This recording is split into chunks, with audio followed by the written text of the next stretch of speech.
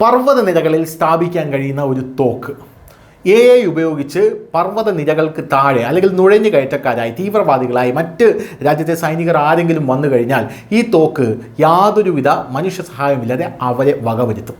ഇങ്ങനെ ഒരു ക്രിയേഷൻ നമ്മുടെ രാജ്യത്ത് നിങ്ങൾക്ക് സങ്കല്പിക്കാൻ സാധിക്കുമോ? നരേന്ദ്രമോദി ഉണ്ടെങ്കിൽ അത് സാധ്യമാണ്. ഇപ്പോൾ ഇത് അത്തരത്തിലൊരു റിപ്പോർട്ടാണ് പുറത്തു വന്നിരിക്കുന്നത്. നേരത്തെ തന്നെ ന്യൂസ് ഇന്ത്യ മലയാളം പുറത്തുവിട്ട ഒരു വാർത്തയുണ്ട്.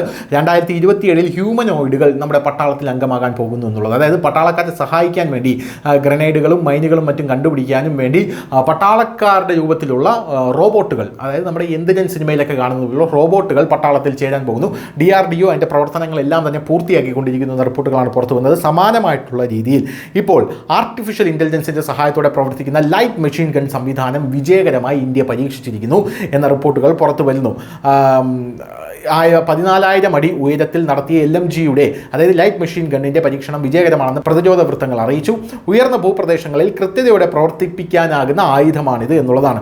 ഡെറാഡൂൺ ആസ്ഥാനമായുള്ള പ്രതിരോധ സ്ഥാപനമായുള്ള BSS മെറ്റീരിയൽ ലിമിറ്റഡാണ് AI പവേർഡ് നെഗറ്റീവ് LMG വികസിപ്പിച്ചെടുത്തത്. ഇന്ത്യയുടെ ദുർഘടമായിട്ടുള്ള അതിർത്തി പ്രദേശങ്ങളിലെ പ്രവർത്തനങ്ങൾക്ക് നിർണായകമായ മുതൽക്കൂട്ടാണിത്.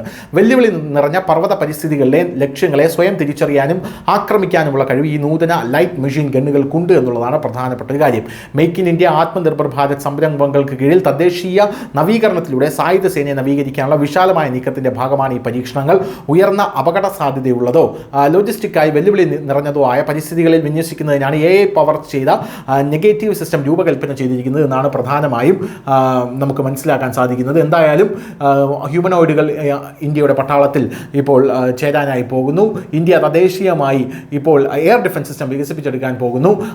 അതിനു പുറമെ ഇന്ത്യയുടെ സ്വന്തം എഞ്ചിൻ, കാവേരി എഞ്ചിൻ, ഇപ്പോൾ ഫൈറ്റർ ജെറ്റുകൾ ഘടിപ്പിക്കാനുള്ള കാവേരി എഞ്ചിൻ്റെ പ്രവർത്തനം, അതിൻ്റെ പരീക്ഷണം ഇപ്പോൾ റഷ്യയിൽ നടക്കുന്നു. അങ്ങനെ ഡിഫൻസിൽ വലിയ രീതിയിലുള്ള ലോക രാജ്യങ്ങൾ തന്നെ ഞെട്ടുന്ന രീതിയിലുള്ള കുതിച്ചുചാട്ടമാണ് ഇന്ത്യ നടത്തിക്കൊണ്ടിരിക്കുന്നത്. News desk, news India Malayalam.